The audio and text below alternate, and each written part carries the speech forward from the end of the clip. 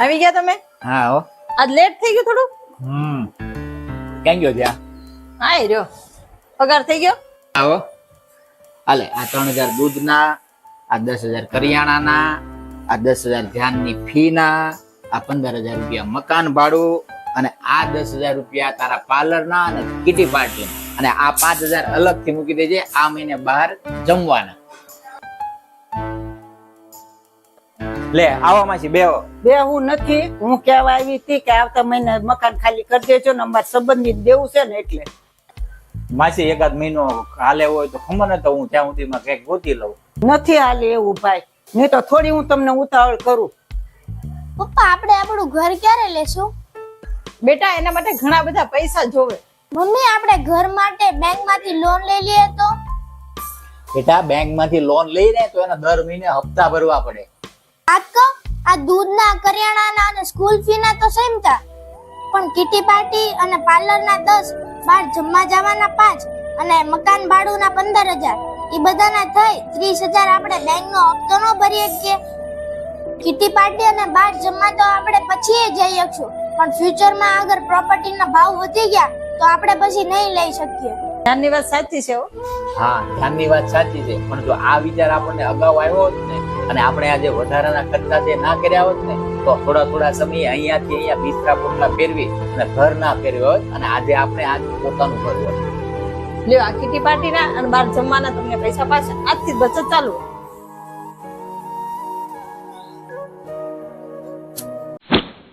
Mummy તમે tension લ્યો માં, હું હમણાં જિગ્નેશને કહું છું, એ કઈક રસ્તો કાઢશે.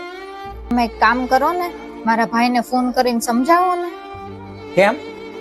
હું સમજાવું? એમાં એવું છે કે મારા મોટા ભાઈએ નાના ભાઈને કહી દીધું છે કે તું મમ્મીને ત્યાં રાખ, કારણ કે મમ્મીના લીધે અમારા બે પતિ પત્નીમાં ઝઘડા થાય છે. અને મારા નાના ભાભીએ તો ચોખ્ખું જ કહી દીધું છે કે મમ્મી અહીંયા રહે તો મારે એમનું બધું કરવામાંથી જ હું ઊંચી નથી આવતી, એટલે કોઈ સંજોગમાં હું નહીં રાખું. તો હવે તમે કઈક સમજાવો ને ફોન કરીને. એમાં મારે ફોન કરીને હું સમજાવવાનો? તારા મોટા ભાઈની વાત બરોબર, તારી મમ્મીના લીધે એ બે પતિ પત્નીમાં ઝઘડો થતો હોય તો સ્વાભાવિક છે ને, તારો મોટો ભાઈ અને પત્નીનો જ વિવાદ લે ને, તારા મમ્મીને સમજવું જોઈએ. અને તારા નાના ભાઈની વાઈફની વાત એ બરોબર છે. તારા મમ્મી ત્યાં જાય તો એ બેચારી મંથણીમાં આવી જાય, આખો દિવસ એની સેવા કરવી, સાકરી કરવી, એને કઈ આવું જવું હોય, હરવું હોય, ફરવું હોય ને તો એ ન રાખે ને. મારું માનો ને તો તારા મમ્મીને વૃદ્ધાશ્રમમાં મૂકી દે, એ એક જાય તો બાકી તો બધા શાંતિથી બેસતી રહી શકે ને. લે એવું થોડી હોય, છતાં છોકરાએ કઈ માં વૃદ્ધાશ્રમમાં રહે તો ગામ વાતું ન કરે? લે એમાં વાતું શું કરે? ગામની હાટુથી કઈ આપણે થોડું હેરાન થવાય. અને વૃદ્ધાશ્રમ એટલો તો બનાવ્યા છે કે ઘડા બુડા બધા ત્યાં પડ્યા રહે, અને દીકરો ને વહુ ટેસ્ટથી આરામથી જલસા કરી શકે. લે એવું થોડી હોય, મા બાપ સાથે રહેતા હોય તોય તે વહુ ને દીકરો જલસા કરી જ શકે, એમાં કઈ વૃદ્ધાશ્રમમાં ન મૂકવા જવાના હોય. શું કામ ન મુકાય? આ મારા મમ્મી વૃદ્ધાશ્રમમાં છે જ ને, એ વૃદ્ધાશ્રમમાં છે એટલે તું અહીંયા જલસા કરી શકે છો. એ સાથે હોય તો તું કરી શક. તો તારામાં જેટલો જીવ છે એટલો તારા ભાભીમાં જીવ હોય ને, એને જલસા કરવા હોય ને. સોરી જિગ્નેશ, મમ્મીને ખાલી વૃદ્ધાશ્રમમાં મૂકવાની વાત આવી ને તોય મને એટલું દુઃખ થયું, પણ જ્યારે મારા કહેવા ઉપર તમે મમ્મીજીને વૃદ્ધાશ્રમમાં મૂકી આવ્યા હતા ત્યારે તમને કેટલું દુઃખ થયું હશે. આપણે કાલે જ જઈને મમ્મીજીને વૃદ્ધાશ્રમમાંથી લઈ આવીએ અને હવે પછી કાયમ આપણી સાથે જ રહેશે. એક વાત કહું તો ને, જ્યારે આ બધું પોતાના પર વીતે ને ત્યારે જ સમજાય છે. અને કાંઈ વાંધો નહીં, જાગ્યા ત્યારથી સવાર. અને આજે રાત્રે હું ફોન કરી અને તારા ભાઈને સમજાવું, એવું લાગે તો ત્યાં હું રૂબરૂ પણ જઈ આવું.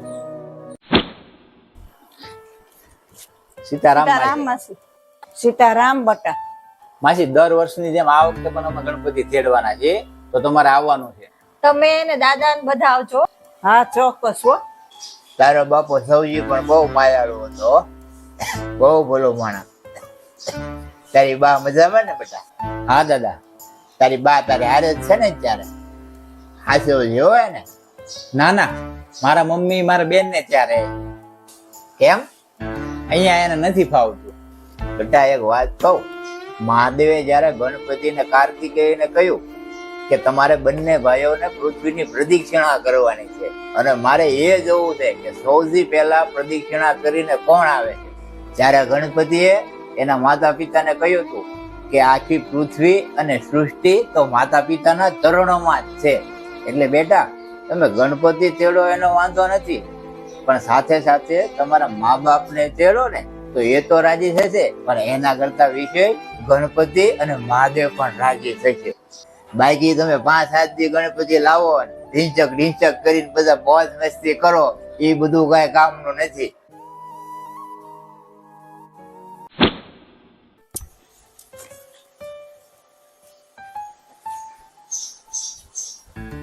બેન એક વાત પૂછું? પૂછો ને ભાભી. તમારે તમારા સાસરિયામાં શા માટે ઝઘડો થતો હતો? કામ માટે થઈને મારા સાસુ કચકચ કરતા. બેન સાચું કહો તમને, તમે અહીં આખો દિવસ કામ નથી કરતા?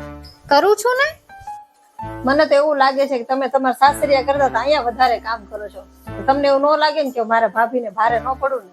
બેન તમે પહેલા એવું વિચાર્યું હોત ને કે અગર હું 2 કામ વધારે કરી લઉં તો મારા સાસુ રાજી થશે, તો આજે તમે તમારા પતિથી અલગ ન રહેતા હોત. ઘરનું કામ કરવું ને એ કઈ દુઃખ નથી. દુનિયામાં કેટલીક સ્ત્રીઓ છે ને જેને ઘરનું કામ તો કરવું પડે છે, પણ પૈસાની તંગીના લીધે બહારના કામ કરવા પડે છે. મોજડી ભલે ને સોનાની હોય ને તો એ પગમાં શોભે, એવી જ રીતે દીકરી ગમે એટલી હોશિયાર ને રૂપાળી હોય ને તો એ સાસરે શોભે. ये बड़ी अच्छी बात कही है. બાકી બધી વિગત તો અમે તમારા દીકરાના બાયોડેટામાં જોઈ લીધી છે, પણ પહેલા તમે એ કહો કે તમે ઘરમાં કેટલા સભ્યો છો? દાદા એ તમે કાંઈ ચિંતા ન કરો, અમારું ફેમિલી નાનું છે, અમે 2 જણા ને અમારો દીકરો. કેમ તમારે સાસુ સસરા હયાત નથી? નાના છે ને, પણ એ લોકો અમારી સાથે નથી રહેતા, એને અમારી સાથે નથી ફાવતું એટલે. એને નથી ફાવતું કે તમને નથી ફાવતું? આ અમે તો ઓહો અમારા દીકરાને વહુ હારે રહીએ છીએ, અમે 3 પેઢી હારે રહીએ છીએ. દાદા મને કઈ સમજાણું નહીં. તો એ તમને નહીં સમજાય. જો તમને સમજાતું હોત ને તો તમે તમારા સાસુ સસરાને તમારી સાથે રાખતા હોત. જે વહુને પોતાના સાસુ સસરા પ્રત્યે લાગણી ન હોય એને પોતાના દીકરાની વહુ પ્રત્યે લાગણી શું રહેવાય? જવો વેવાય. અમારી દીકરી સંયુક્ત પરિવારમાં મોટી થઈ છે, એટલે એને અમારે પરણાવવાની એવા જ પરિવારમાં છે જે પરિવાર સંયુક્ત હોય.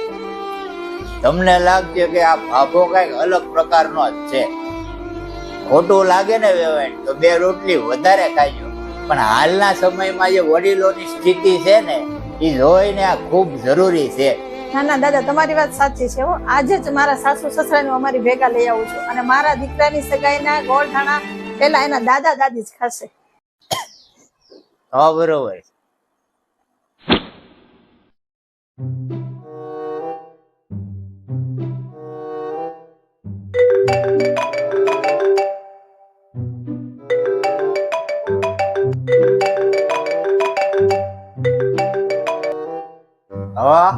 ये मुंह से सुपारी निकाल के बात कर रहे बाबा. તમે જે વ્યક્તિને ફોન કર્યો છે એને મોઢામાં માવો ભર્યો છે, કૃપા કરીને ચૂકે ત્યાં સુધી રાહ જો. વાહ દીકરા વાહ, કોનો ફોન હતો? પૂછું હે? પપ્પા તમને કેટલી વાર કીધું છે માવો નો ખાઓ. મેં કીધું, મમ્મીએ કીધું, તો તમે સમજો તો ખરી. તમે જોતા નથી કેટલા લોકોને કેન્સર થયા છે? પપ્પા પ્લીઝ, તમારા માટે નહીં તો અમારા માટે તો વિચારો. તમને કઈક થઈ જશે તો મારું શું થશે? 80 से 90% मुंह के कैंसर तंबाकू चबाने से होते हैं. खैनी, पान, गुटखा, पान मसाला सब जानलेवा हैं.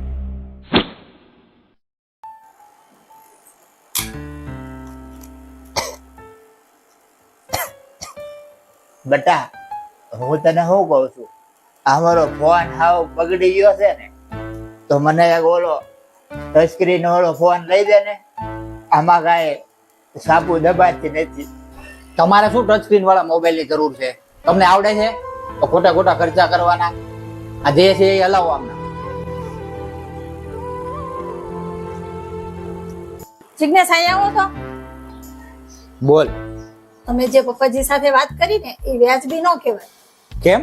કેમ હું તમે નાના હતા ત્યારે સાયકલ નહોતી આવડતી. સાયકલ તો હું તમારો પગે જમીન ઉપર નહોતા પહોંચતા, અને તમે સાયકલ ની માંગણી કરી તો પપ્પાજી સાયકલ અપાવીને તમને, અને જ્યાં સુધી તમને સાયકલ ન આવડી ને ત્યાં સુધી સાયકલ પકડી પકડીને તમારી પાછળ દોડ્યા, અંતે તમને સાયકલ શીખવાડે પાર કરી. તો કહેવા શું માંગે છો?